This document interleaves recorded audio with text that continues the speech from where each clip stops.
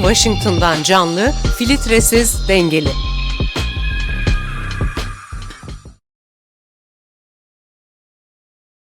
My name is Nadav Rudaeff.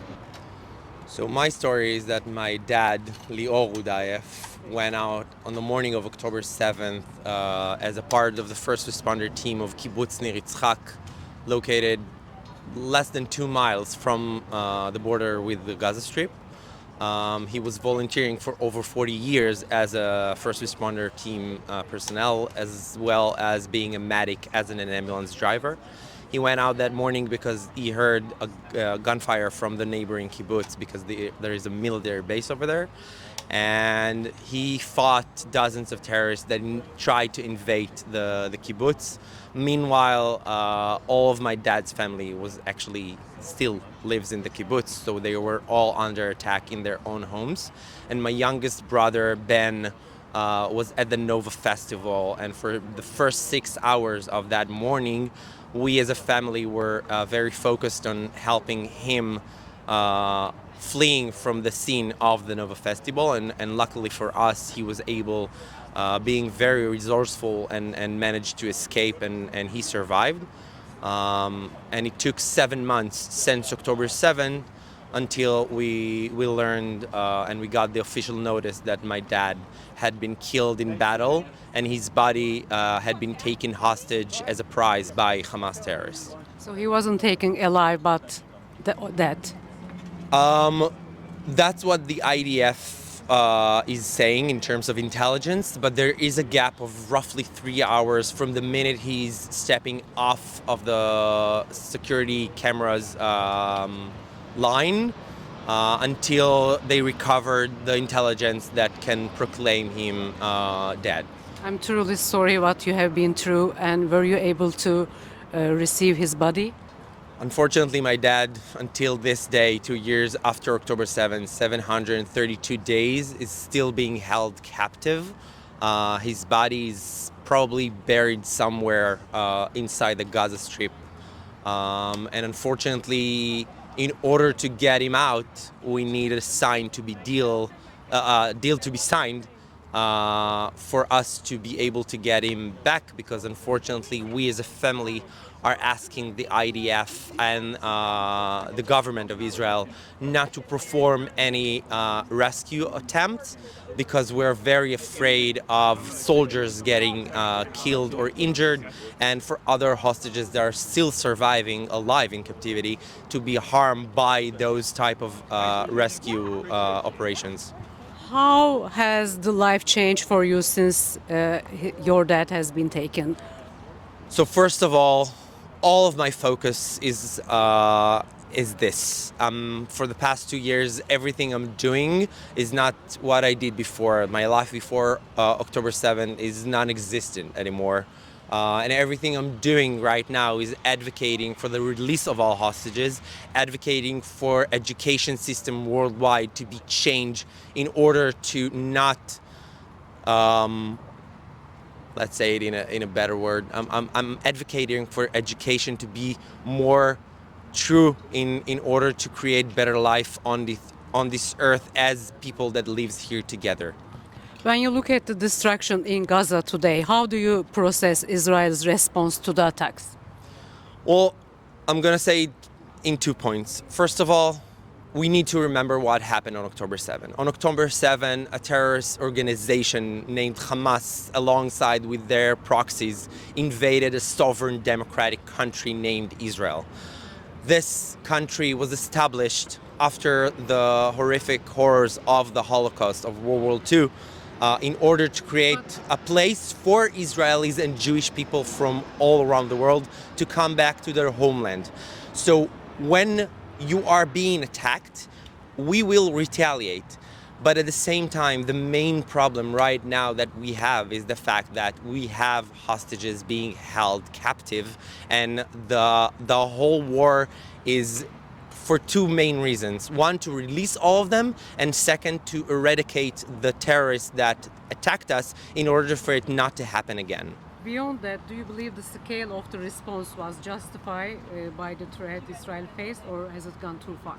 Do you know how to measure it? Because that's the main question. Since I came to the States 2.5 weeks ago, I've been watching the news and every media outlet I could in order to understand what other people see. And I have to be very frank, if I would have seen the same pictures and images of the destruction in Gaza, I would be horrified by it. But at the same time, Hamas and its proxies inside Gaza are using civilians as human shields and the hostages as human shields. So in order to eradicate them, in order to make sure that this type of events won't happen again, we have to make sure that they are not continuing and killing their own people. So the fact is very massive, but at the same time, the population of the Gaza Strip is very, very close because the area is not very big. And instead of Hamas taking the funds that they were receiving since 2005, when Israel withdrew from the Gaza Strip, they didn't use it in order to create better education system. They didn't use it to build more hospitals. They didn't use it in order to make their people have better lives. They did it in order to create tunnels and prepare themselves to attack Israel. You brought my attention to October 7th when I asked about the response and the scale of the response. And does it go, what happened since 1948? Would it be better, or what we are having today prevented? Was there anything to be done differently today?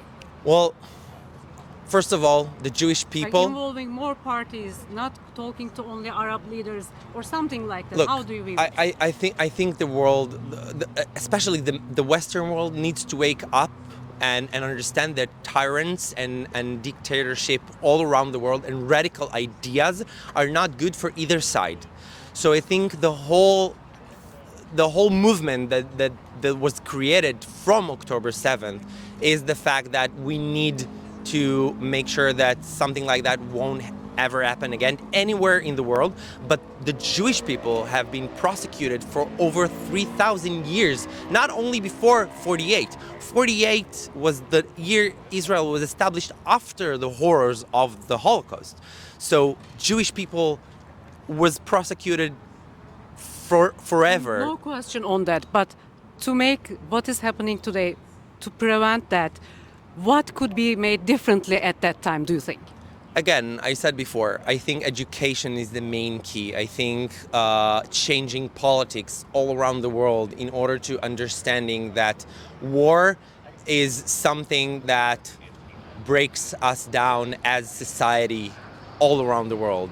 If every country, if every region of the world will understand that their only goal is to live in peace with themselves, first of all, and to respect each other as people with the disagreements and with arguments, which is okay. Arguing and disagreeing is not give anyone the right to kill the people that are disagreeing with. So I think the only thing that can happen now is for politicians worldwide and for educators worldwide to work together in order to create a better world so we can resolve something like that happening again in the future. There is a growing talk of a Gaza Transitional Committee, and under the US-backed new plan President Trump is trying to lead. Do you think which Palestinian will be selected for that committee, for example? Who will be leading Gaza?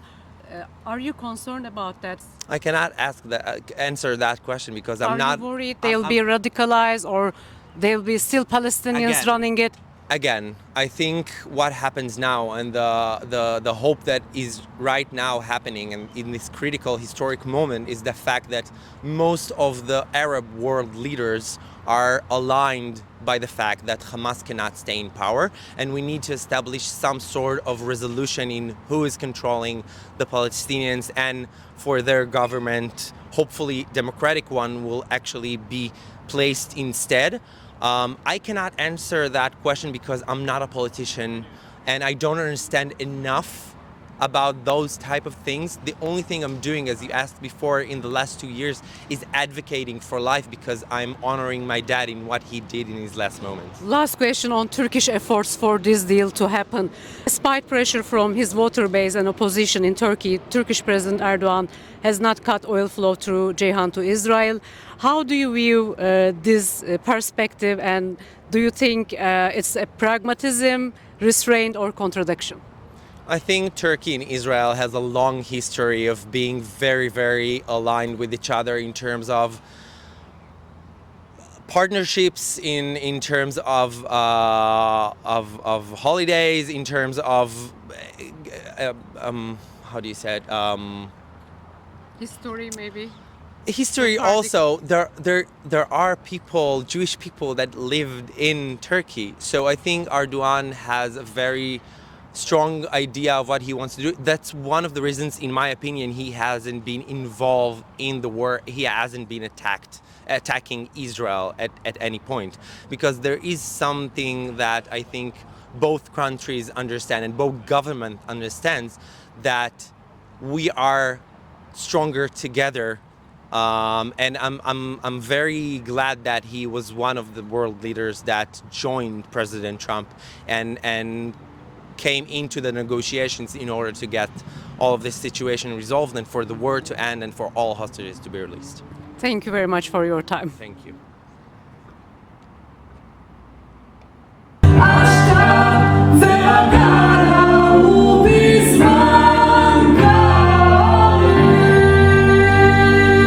Believe that this nightmare can end. We've been here before. We've watched opportunities collapse because of politics and pride. We cannot afford another one. Not after 2 years. Not when people's lives are hanging by a thread and deceased could disappear forever. Our mother still waits for them every morning.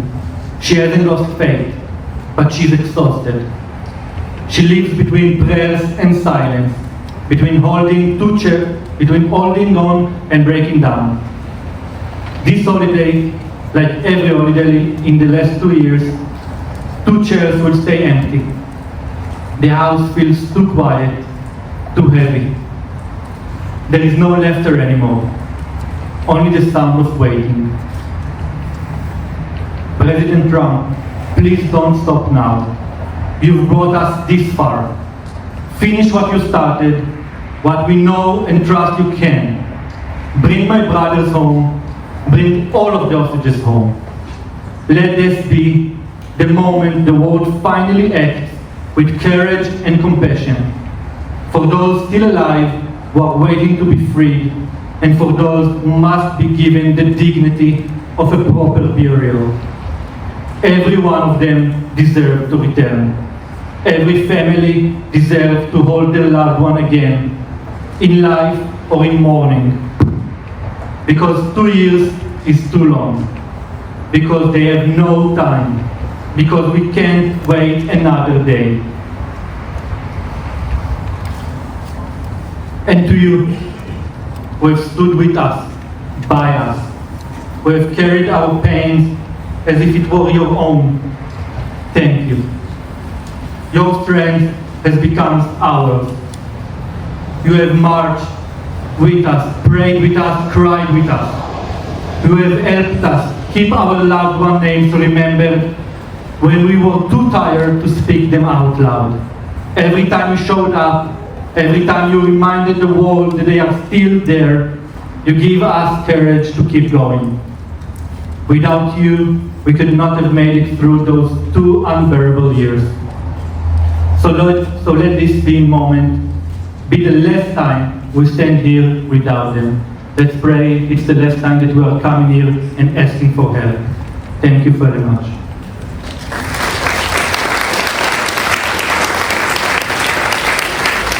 Breakfast hosted here in the Kennedy Center, and had most of the cabinet members stand together with the hostage families to show that we are together. The United States of America is together with the hostages and the hostage families. We are a part of you, we are with you, and we will help get them home now. Thank you.